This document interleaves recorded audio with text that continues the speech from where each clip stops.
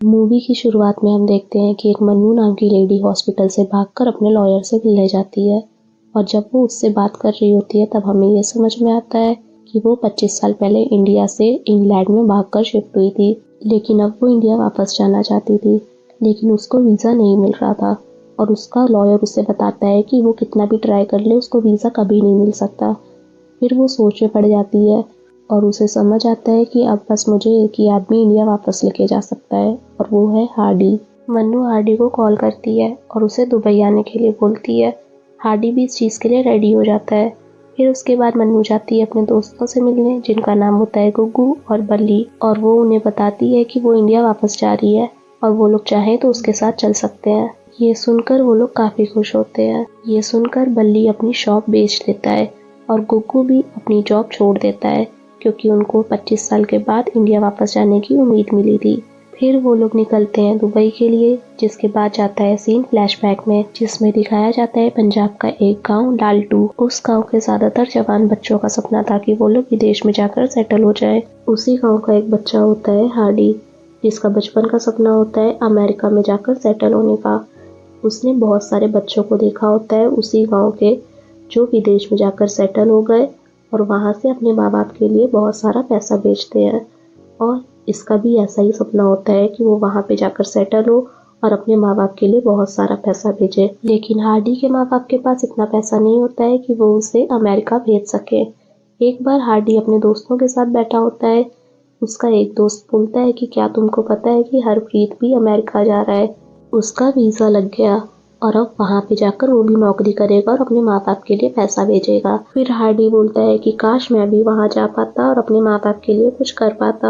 Hardy का एक दोस्त बोलता है कि एक तरीका है जिससे तुम वहाँ पे जा सकते हो, लेकिन उस तरीके में काफ़ी ज़्यादा खतरा है। हार्डी बोलता है कि तुम बस वहाँ पे मुझे पहुँचा दो एक बार, उसके बाद मैं हर चीज़ से निपट लूँगा। हार्डी का दोस्त बोलता है कि हम एक दूसरे देश के बॉर्डर के थ्रू वहाँ पे जा सकते हैं, लेकिन वो एक इलीगल तरीका है, उसमें पैसे भी बहुत ज़्यादा लगेंगे और वहाँ जान जाने का भी खतरा होगा। हार्डी बोलता है कि मैं अपने माँ बाप का इकलौता बेटा हूँ और अगर मेरी जान चली गई तो मेरे माँ बाप भी मर जाएंगे। हार्डी बोलता है कि मैं अमेरिका तो जाऊँगा लेकिन लीगल तरीके से। उसे पता चलता है कि वहाँ जाने के लिए एक एग्ज़ाम होता है जिसको क्लियर करने के बाद वहाँ का वीज़ा भी लग जाता है और वहाँ रहने का परमिट भी मिल जाता है। फिर उसके बाद वो उस एग्ज़ाम के लिए मेहनत करना चालू कर देता है।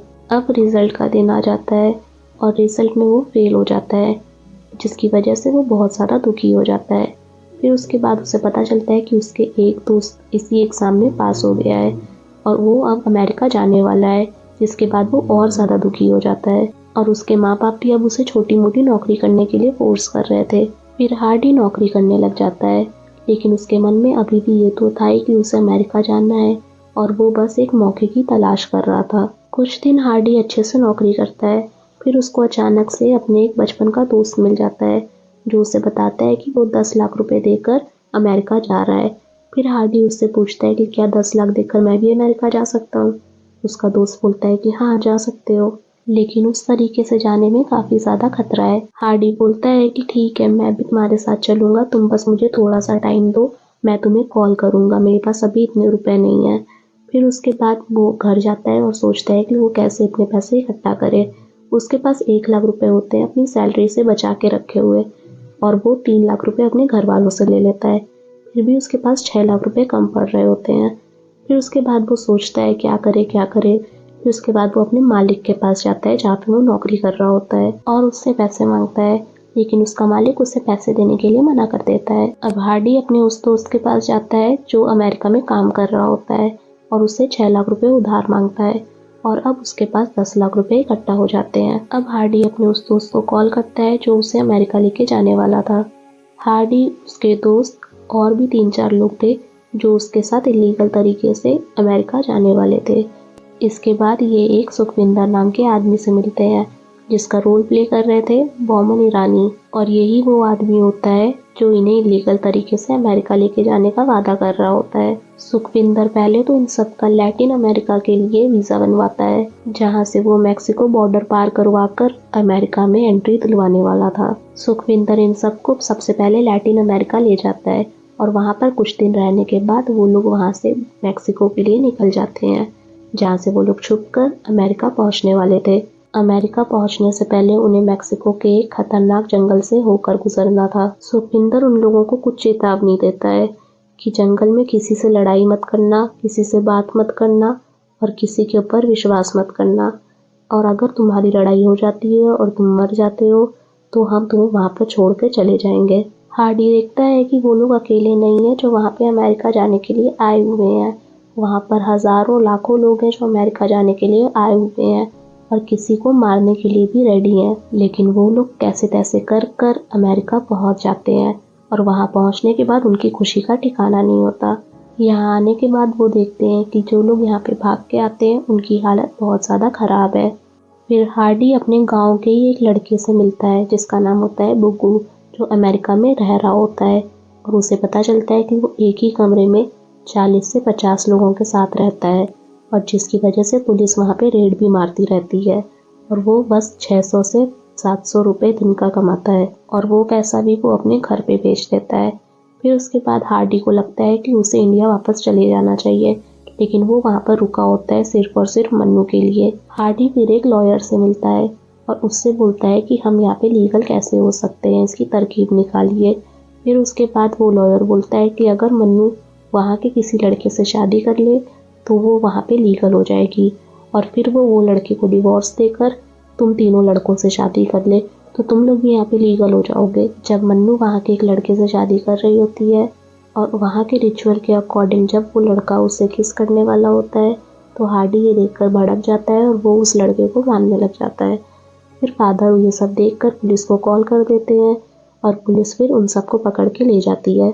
उनके पास बचने का एक रास्ता होता है कि अगर वो कोर्ट में ये स्टेटमेंट दे दें कि उन्हें इंडिया से खतरा था तो उन्हें छोड़ दिया जाएगा और उनको शायद यहाँ की नागरिकता भी मिल जाए। लेकिन हार्डी एक फौजी रह चुका होता है और वो ऐसा बिल्कुल भी नहीं बोलता और उसे इस वजह से इंडिया वापस भेज दिया जाता है। लेकिन उसके बाकी के दोस्त ये स्टेटमेंट दे देते हैं जिसके बाद उनको यहाँ की नागरिकता मिल जाती है और वो यहीं पे रहते हैं। अब कहानी प्रेजेंट में आ जाती है जब मन्नू, बुग्गू, बल्ली वो सब जाते हैं दुबई में क्योंकि वहीं पे हार्डी आने वाला था। मन्नू और हार्डी जब 25 साल बाद एक दूसरे को देखते हैं तो देखते ही रह जाते हैं। मन्नू को लग रहा होता है कि हार्डी ने शादी कर ली होगी, पर हार्डी ने अब तक शादी नहीं की थी और वो आज तक बस उसका इंतज़ार कर रहा था। और हार्डी को भी ये लगता है कि मन्नू ने शादी कर ली होगी, लेकिन मन्नू ने भी कभी शादी नहीं की और उसको ब्रेन ट्यूमर भी होता है। उसे ये भी नहीं पता था कि वो अब कितने साल जिएगी, इसलिए वो इंडिया वापस जाना चाहती थी। हार्डी ने प्लान बनाया होता है कि वो जहाज के द्वारा टैंकर में भरकर उन सबको इंडिया वापस ले जाएगा। जब वो लोग निकलते हैं तो उन्हें दुबई की पुलिस पकड़ लेती है।